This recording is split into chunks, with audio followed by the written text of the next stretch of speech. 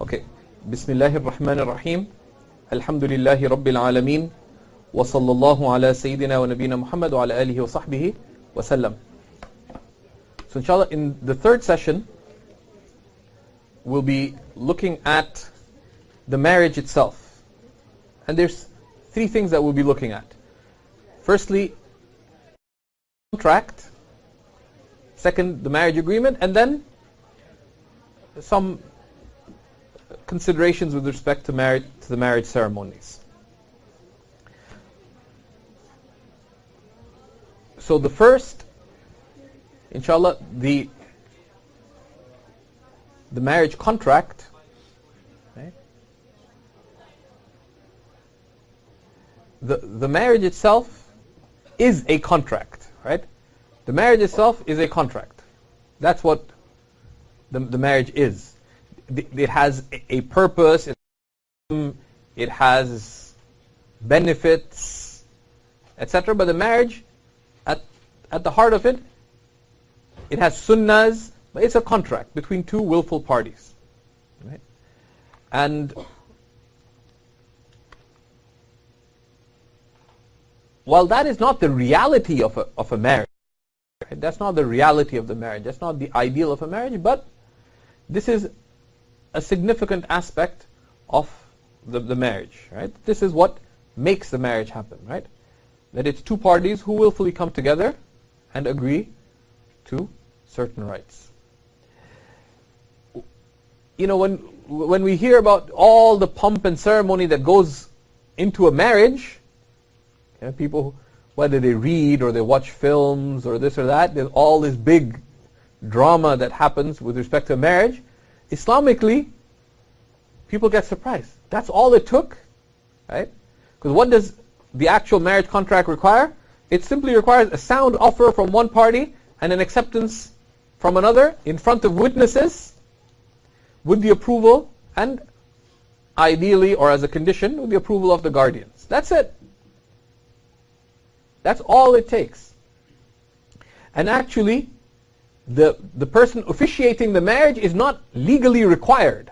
Two people could, they could just conduct the marriage in the presence of witnesses, and that's fine.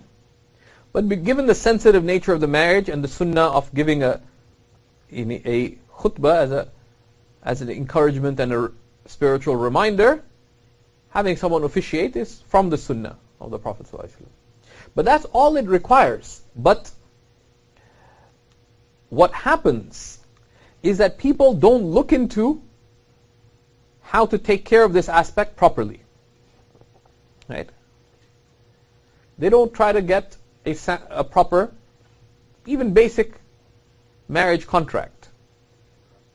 And that is unfortunate. That's unfortunate, but there's a couple of consequences. One is that one of the things that is either required to be specified in the marriage contract or is entailed by the marriage contract is the mahar, is the marriage dowry that the man is obligated to give the wife. And it's not uncommon that people argue about this after the fact. Because anytime you enter into something without agreement, you shouldn't be surprised that there is disagreement. Right? I mean, it's common sense.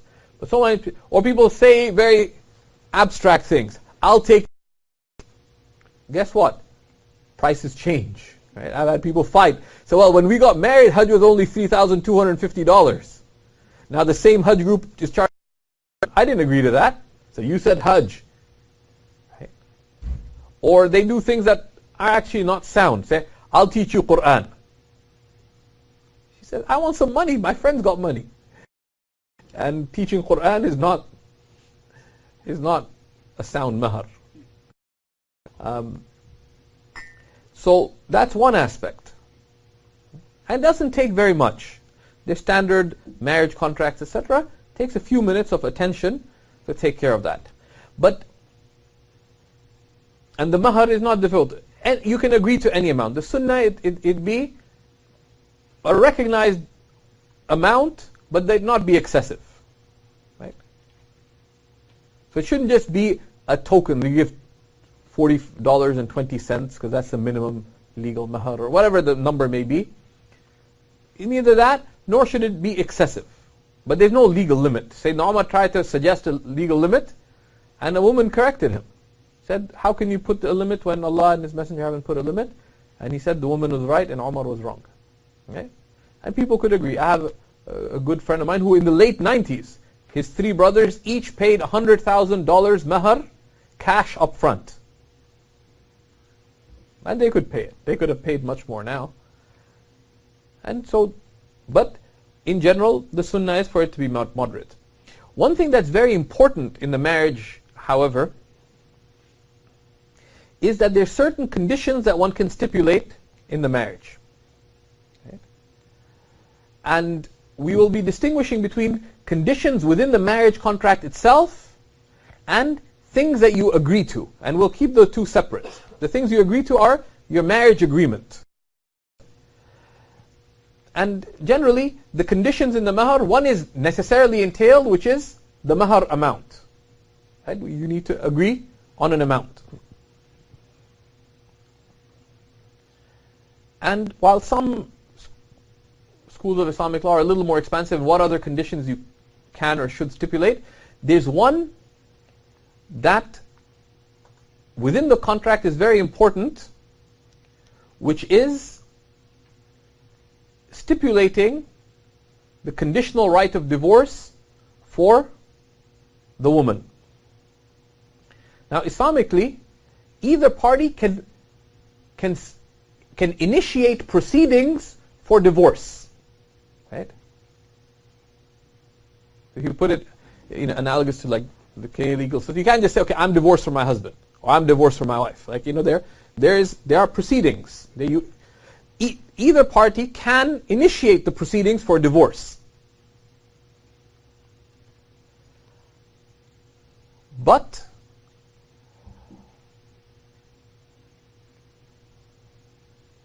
a woman can choose to specify for herself the right of divorce within the contract. So that she cannot just initiate the proceedings, but she can herself terminate the marriage, Islamically, without the religious proceedings for the ending of the marriage. Why would one do so?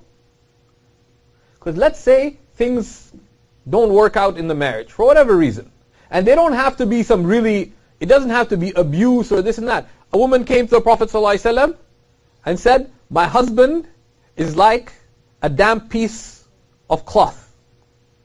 And she indicated, like basically, he doesn't satisfy you. Says, so you don't want to be married? He said, no. Then he told him, and then divorce her. It wasn't some big idealist. It was a very practical, not satisfied. Okay. So one can initiate proceedings, but you also can specify the conditional right of divorce. Now, we don't have the the religious institutions to arbitrate, to adjudicate, etc. in most communities. Right? Even in the Muslim world, legal systems are a mess. So this is something that's very important, right? To safeguard one's right. And I gave you a definition of a fool, but any woman who willfully enters into a marriage contract without specifying at least the conditional right of divorce is doing something foolish. Is doing something foolish. Because it's not safeguarding your best interests. And it's a right that you have, but you choose that right. You choose that right, you seek that right, and of course you can specify it after the fact as well, by mutual agreement. Right? Why? Because things can happen. Right? Right? Things can happen in a marriage. And of course you can, in any of these things arising, you can seek annulment of the marriage. You can initiate the proceedings of divorce, but our deen gives also the right that you can end the marriage yourself. And you don't need to go through any proceedings. And you can specify, if you wish, the unconditional right of divorce. That whenever I wish, I can end this marriage. But generally, they suggest specifying, it's closer to the spirit of the marriage as well, a conditional right of divorce. that if certain things arise, and typically they'll mention abuse, consistently not supporting the wife, abandonment, the guy just disappears, or taking a second wife, for example, or non-fulfillment of the terms and agreements of the marriage agreement, which we will look at. In such a case, what can you do? You can just say, the wife, if she specifies this right in the marriage contract, she can just, and it's a very standard thing. In Muslim India, the issue came up, and it's lengthy, because what the British said, if a woman wants to end the marriage, what they do is to publicly apostatize. They say, I'm not Muslim, that terminates the marriage, and then you just have to re-enter Islam, but that would annul your marriage.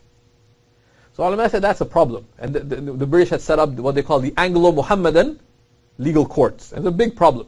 So ulama dealt with it, and there's a female academic, Dr. Fariha Khan, who did her research on some of the legal issues related to this.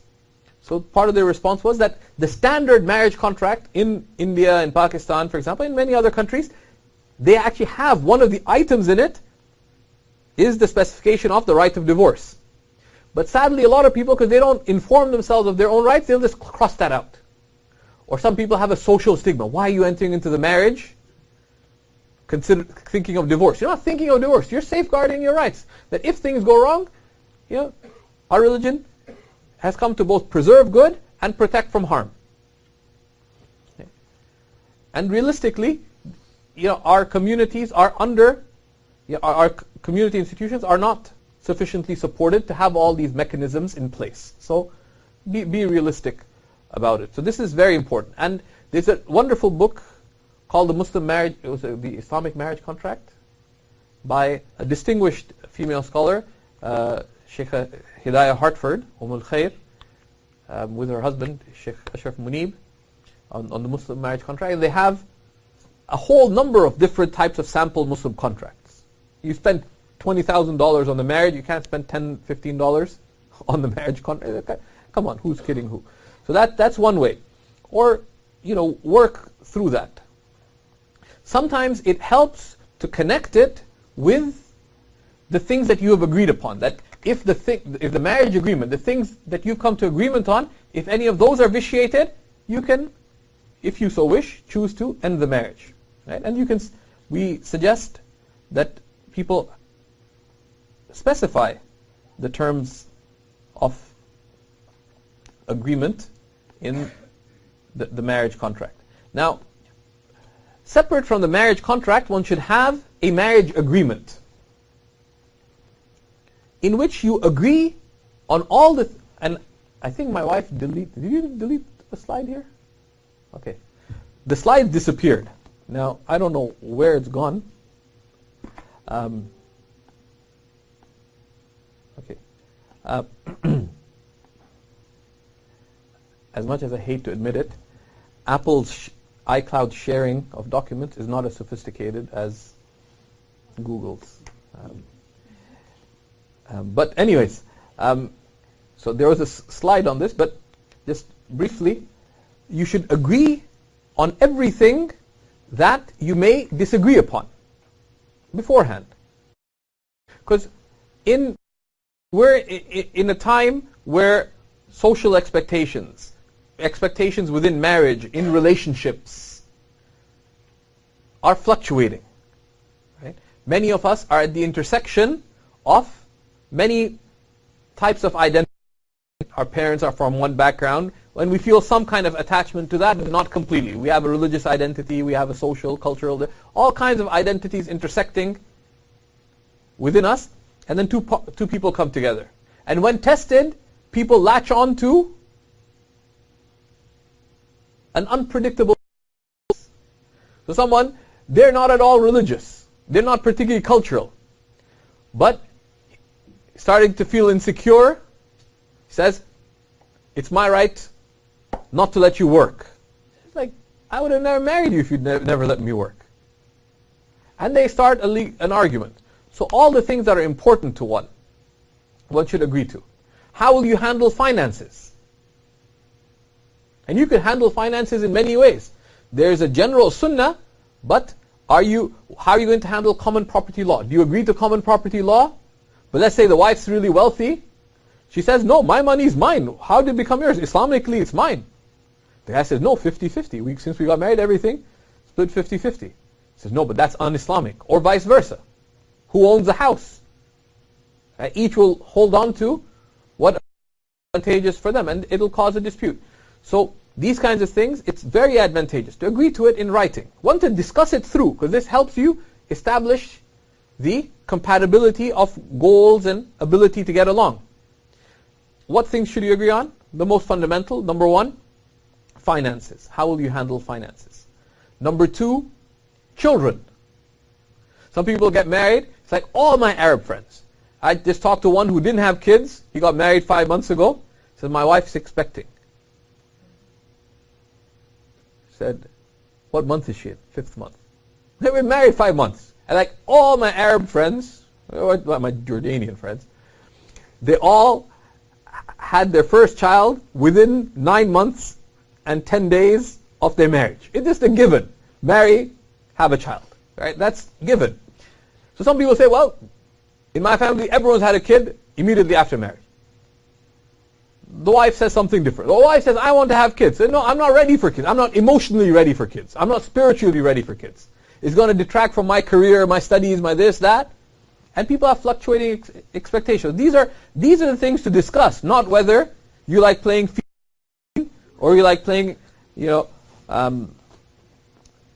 hockey, on your Xbox or whatever. Right? Like, who cares? Play separately or don't play. Like, grow up, right? Right? Okay? You don't have to play with someone in your house. You could play online or whatever, right? But don't. The significant things: finances, children, work, right? Work. Right? Because you can make a legal argument both ways. How are you going to resolve it? Someone says, well, a lot of women will argue that, well, given the fact that it is our cultural norms for women to continue working after marriage, you don't have the right to prevent me from that. The husband could say, well, based on some evidence, I can. Now, how are you going to resolve it in the marriage? Right? The worst kind of marriage is a legalistic marriage. She brings her proofs, he brings his proofs, and rather these are things where you come to an agreement. It's better to safeguard that agreement from the beginning rather than to get into dispute. In the spirit of love, concern, mercy. Right? So you don't put it as a legalistic document, but in a positive light.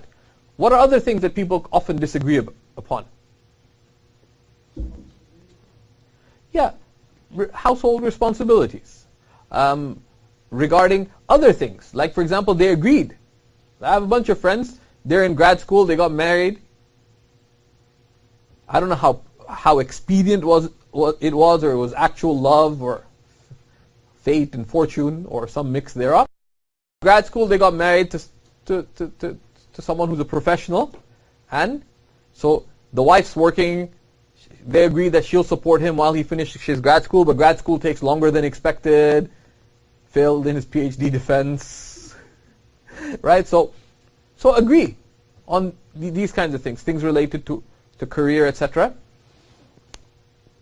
Now, we talk about a global village. People very often travel a lot. So husband finds a job or wife finds a job in the Emirates. So husband moves, but he hates it there. She loves it there. Whatever reasons. Now she says, no, I'm leaving. So what are you going to do? So to agree on these things. Where you plan to live, right, so that you can resolve matters. So that other matters that you could disagree upon. Past debts. And this is a bigger issue in the US, but it's an issue here in Canada as well. That you have accumulated debts from university. And they add up here, but in the US it can reach more than $250,000 easily. You got married, the wife says, my debts are yours. She says, absolutely not. They're accumulated before marriage. And so agree on those kinds of points. In writing. Also, agree on a dispute resolution mechanism, that if you do disagree, how will you resolve your disputes? We'll resolve our disputes on the basis of love and mercy. How? Like you said, you're fighting over finances. I love you. Okay, my money's. It doesn't work that way, right? And think these things through, right? In the course online, we spend quite a bit of time on some of these points because they're practical and real issues. So really, I'd say that it'd be highly encouraged to have a marriage agreement, because if you don't define these things, it inevitably leads to problems. And having something that you've agreed upon gives you a basis. If you said, well, we did agree to this, now so it gives you a baseline to start from. So it avoids dispute, or at least diminishes the scope of the dispute. Any questions? Go ahead.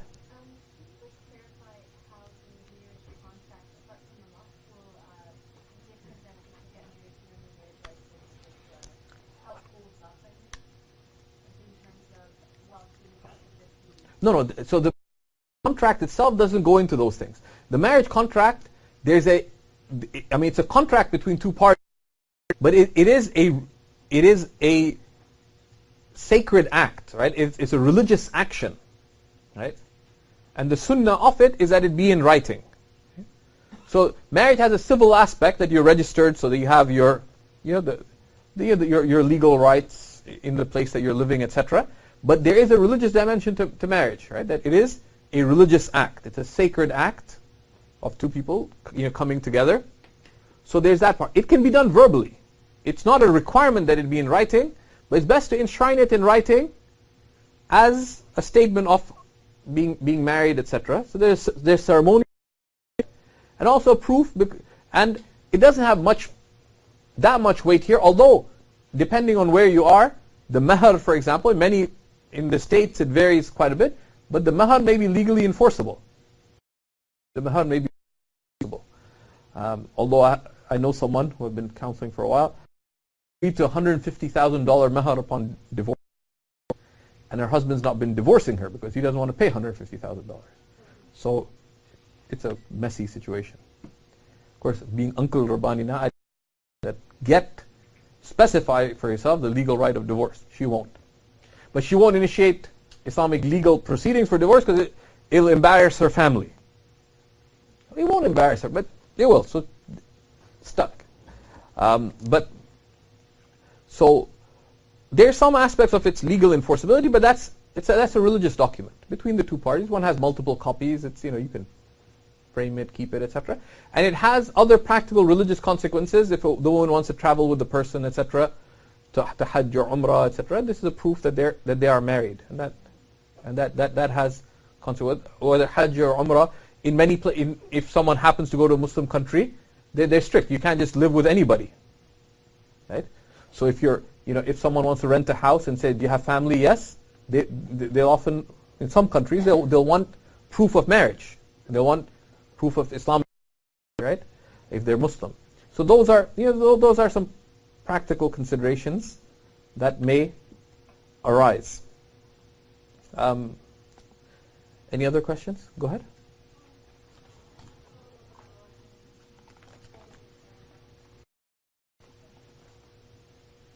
How does one go about setting the extent of the mahar?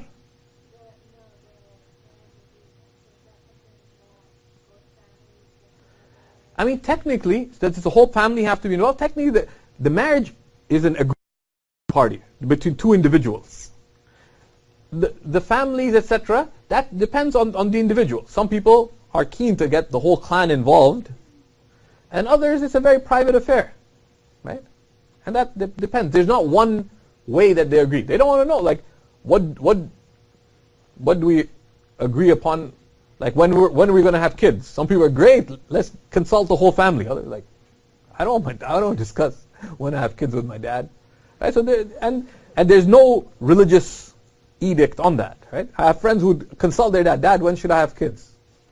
Right? He says, "Beta, wait 3 years." I said, "Okay, they'll wait 3 years. They have a kid. 3 years and 9 months later." And our for many different considerations. Before I hand over to Umar, I just wanted to touch briefly on the marriage ceremonies, right? Just very briefly. The two specific marriage, there's two specific Islamic ceremonies. One is the marriage itself, right? With the nikah, right? And that's just the coming together of those getting married and the witnesses and any family, etc., for the for the contract.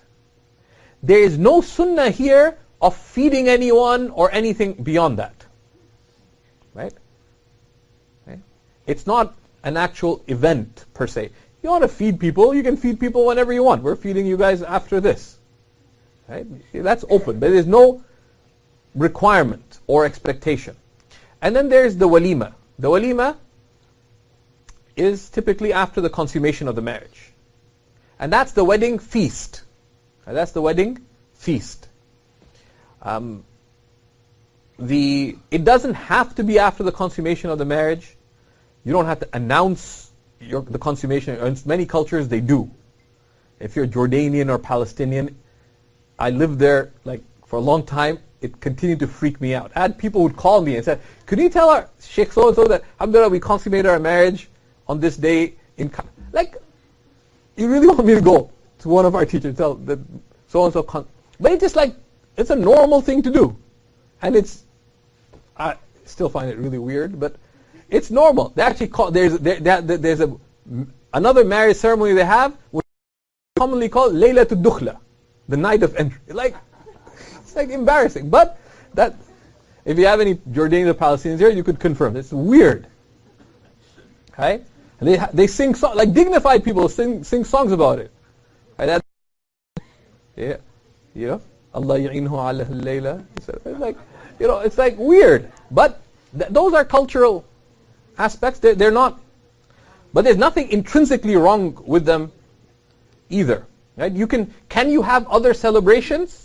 There's no prohibition in our deen of celebrating. You can celebrate whenever you want, as long as it doesn't lead to detriment or waste. And what is waste is conditioned. It depends on circumstance. Right? Can you have ceremonies before the marriage, between the nikah and the walima, etc.? The door is open. But there is a sunnah of avoiding extravagance, avoiding wastefulness. Right? The Prophet ﷺ said the most blessed of marriages are those that are the easiest and whose mahar is simplest. Right? Why? Because the money spent on the marriage ceremonies, it's a sunken cost. Right? And even actually, just reason would indicate that the more you spend on a marriage, actually or latently, the more resentful you're likely to be about your spouse and their family. But study after study shows that the more there's a correlation between how much you spend on the wedding and how likely the wedding is to succeed. And it's an inverse relationship. Right? Another beautiful sunnah of the walima, for example, the Prophet ﷺ encouraged to make our walima, our wedding feast, inclusive. That the Prophet ﷺ said the best of walimas, the best of wedding feasts, wedding celebrations, are those that the poor are invited to.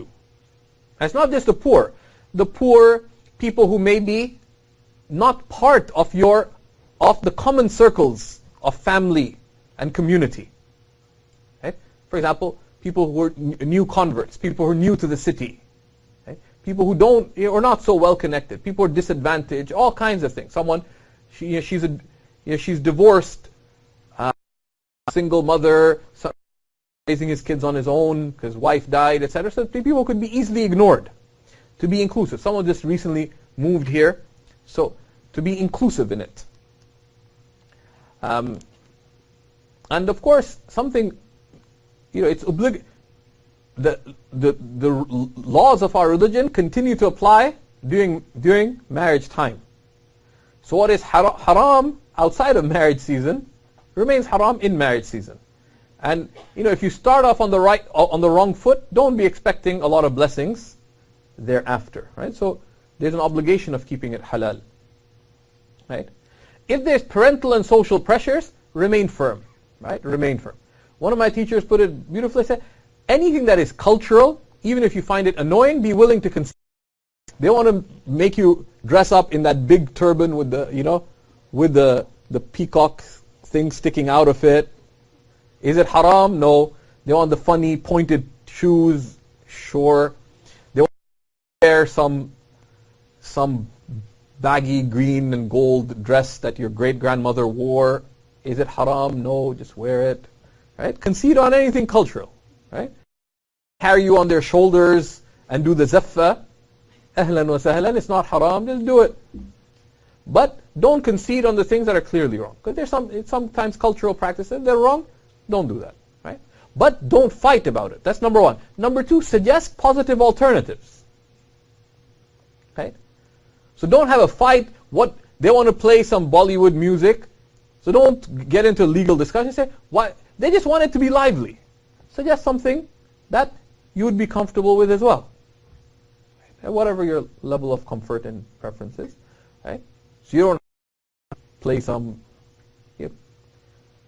something that you're not comfortable with. And likewise, so suggest positive alternatives. And consult. But these kinds of matters really affect the blessedness of the marriage and whether you're really marrying for the sake of Allah subhanahu wa ta'ala. Right? Handle it with grace. Right? Don't argue with parents or family or with each other. That's the test of your good character. Any questions here before? Go ahead. So in some cultures, for example, if you a belly dancer to do the zaffa or the ceremony, is that considered Yeah, there's a few problems with belly dancing, right? Right? Even if it's just amongst women, one is that one does not do the things that corrupt people do. And upright people are not known to belly dance, right? It's considered to be lewd, right? So even if it was just amongst women, it's not appropriate. Now, a zaffa itself, right, in most cultures, it's playful, it's cheerful, but you can do it in a way that you say, okay, we'll do the zaffa, but let's keep the belly dancer out. Why don't we get a really nice, get some professional zaffa troupe or whatever, the zaffans, right? Right? They come. And so let's do it really nicely. Let's get a nice sound system, etc. But so be willing to give and take, but be firm on the things that are clearly problematic, right? But the marriage is not meant to be a funeral. It's not meant to be a funeral. Like it to be celebratory. But celebratory in a wholesome manner. Right? And one of the practical ways to do that is, and from respect to parents and family, they suggest something that's not right. Don't say that's wrong and go into halal and haram speech.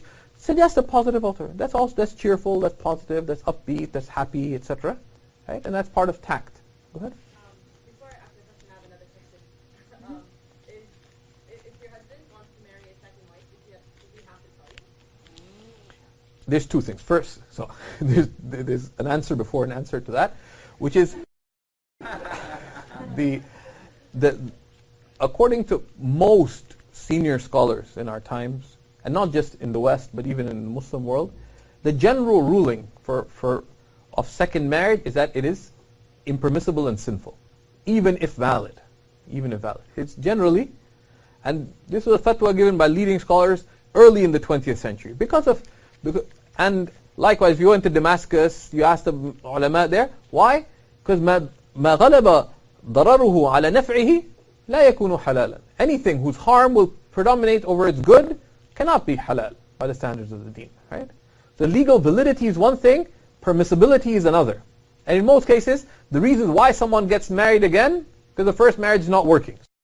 First one's not working, second one's not likely to work. There's more complicating factors. Right?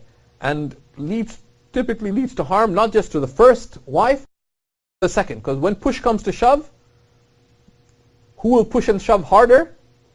Wife one has more push and shove ability than most second wives, right? So the second one gets wronged as well. So in the general case, it's a sinful act. It's a sinful, and that's something that should be agreed upon in the marriage agreement. And if someone wants to concede it, don't just concede, well, I don't care if you marry someone else. Put it in writing, right? But be very careful. Think it through. Most people raised in our, in the West or in most modern societies aren't able to handle the thought of a second wife, right? And some cultures, like I had a Nigerian friend who was in Damascus. They had a tiny house. One wife was in one room. The second wife was in the other. And my friend keep saying, make dua for my younger wife. Why? Because the older wife was in Nigeria for a month. I said that the other wife was depressed because her best friend wasn't there. But that's an exception. That don't who's kidding who, right? All right. And So can I ask my question? yeah. So that's just as a preface, right? That is not the ruling in general is impermissible because it leads to harm. What we've seen from the mashayikh, even if someone says, my wife's given permission, said, don't do it. Right? Don't do it. Because it'll still lead to harm, typically. That's one. So you can ask your question. The reason I asked is, so say for example, in your marriage contract, you write that, like, you don't want a second wife for your husband. So, but then he doesn't tell you that he married a second wife. And then does that nullify your marriage Islamically? No, it doesn't. It doesn't nullify the marriage, right? If you agreed to that, then that would give you. If you specify the conditional right of divorce, then you can exercise your right of divorce automatically, and you are then divorced, right? In the normal case, that would be sufficient grounds for seeking a divorce. But the problem is, where are you going to seek a divorce from, Islamically, right? Which is not just a civil relationship; it's also a religious contract, right? So it's a religious contract that. Right? Because we don't yet have the institutions like having a council that handles marriage issues. They are there in the community, but the same 3 or 4 imams who are sitting on that are also the ones who are doing everything else in the community. Right? Poor guys. So unless you don't have a conscience like me, I don't participate in any of this kind of thing. Right? Imam Slimi called me for a meeting at 8 in the morning for the Peel Muslim Council. I said, Imam, I have class, right? But we're under-resourced as a community, so it wouldn't nullify the marriage in the normal case, because that's something that's an undue burden. Though a woman would be well within her rights to initiate proceedings for divorce on that basis. But if you specify the right of divorce, then you could just exercise that right, and it's over. That's it. No, it doesn't annul the marriage. It doesn't annul the marriage. Yeah, I mean, so if the husband's going and being unfaithful, is committing adultery, does adultery invalidate the marriage? No. Okay, last question before I hand over to Omar. Go ahead. So this question is actually, I think it's a pretty difficult question, and something that we discussed in an online forum, which I'm not sure what fatwa or what the view is. How much of your past should you share with the person you're considering? Okay, how much of your past should you share with the person you're considering? Yeah. Yeah. Okay, the general principle is, the Prophet ﷺ said, التائب من الذنب كمن لا ذنب له. The one who has repented from a sin is like one who hasn't sinned. Number one. Number two, the Sharia came to preserve human interest.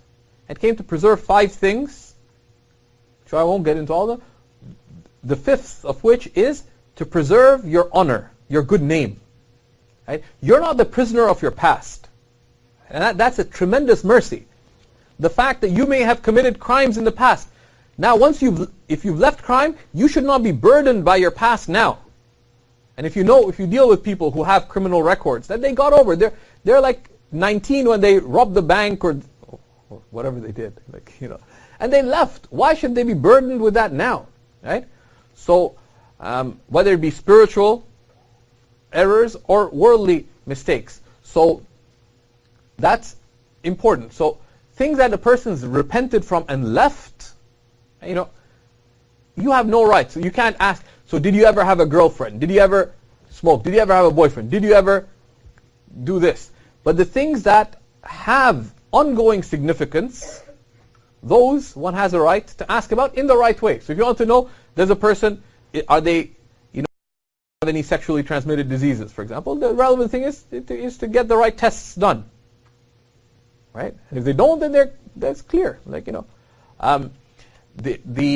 One has a right to ask about their present religious practice, uprightness, this and that, conduct, whatever, that has present significance. If they're bad habits, such as smoking or whatever, you can ask, do you smoke? Have you smoked recently? That's concern. Have you ever done drugs? The fact that someone says, well, I did, but I didn't inhale or whatever, 20 years ago, that's irrelevant right now. Like if they've left it and made their goods, as if they never did it. And one shouldn't disclose it in the process of marriage, nor after marriage. Sometimes couples say, you know what, I had a girlfriend once too, and I had a boy, and it breaks the relationship because, it becomes difficult to accept. Right? People have natural ghira, jealousy in relationships.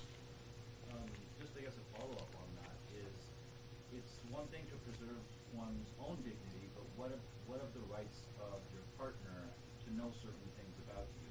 They don't have certain rights though, right? The fact that, let's say someone became Muslim, and they've done certain things before, or they weren't religiously practicing before. A person is not the prisoner of their past. Their past is over. Only those things that whose implications carry over to the present and future can you ask about. Did you ever steal? What if they did? That's irrelevant.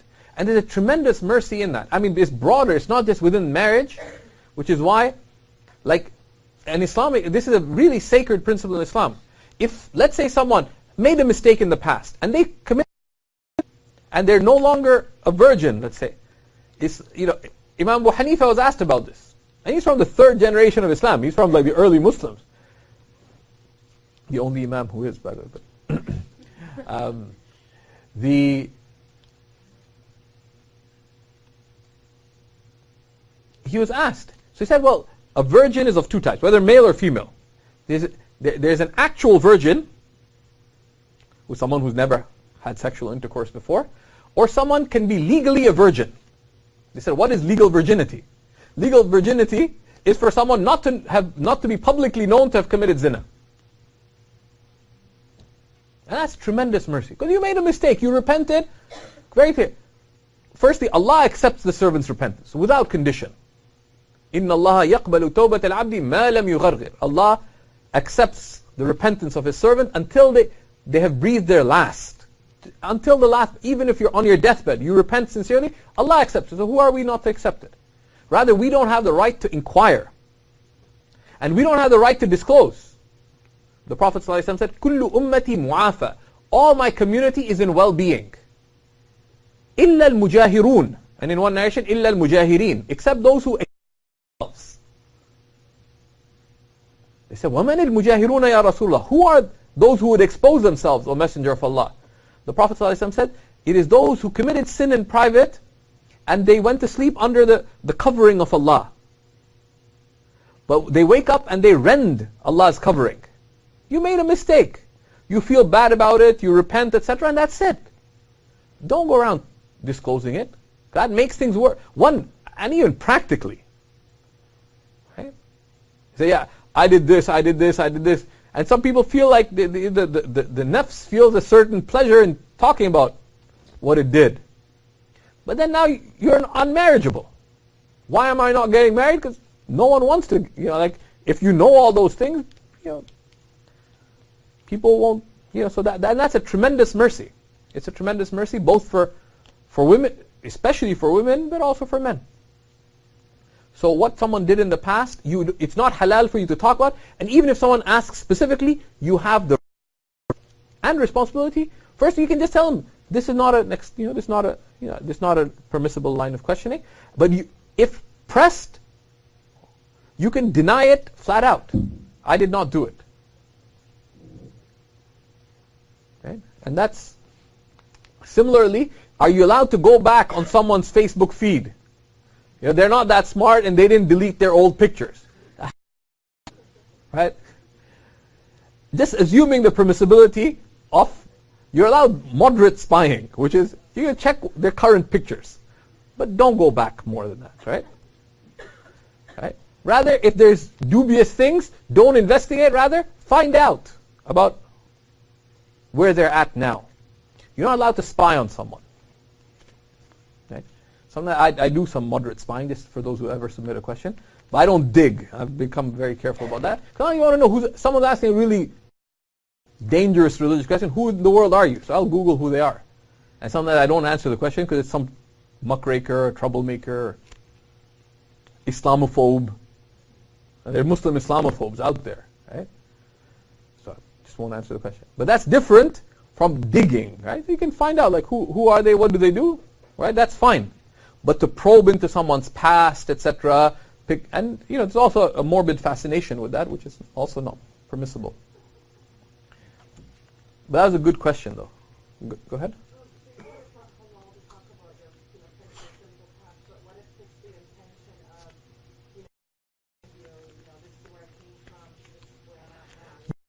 In general, but one doesn't talk about specific sins. But even that, like, say, I wasn't always this practicing, but you don't have to go into, I didn't used to pray that's irrelevant.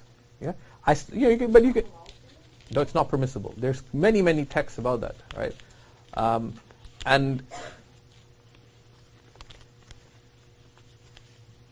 well, we can talk about in general terms. In high school, I wasn't so religious, etc. I was a bit confused, etc. But you don't have to go into, I used to do this, and once I did this, and once I was so drunk I fell off the balcony, but thank God it was just a small fall onto the lawn, whatever.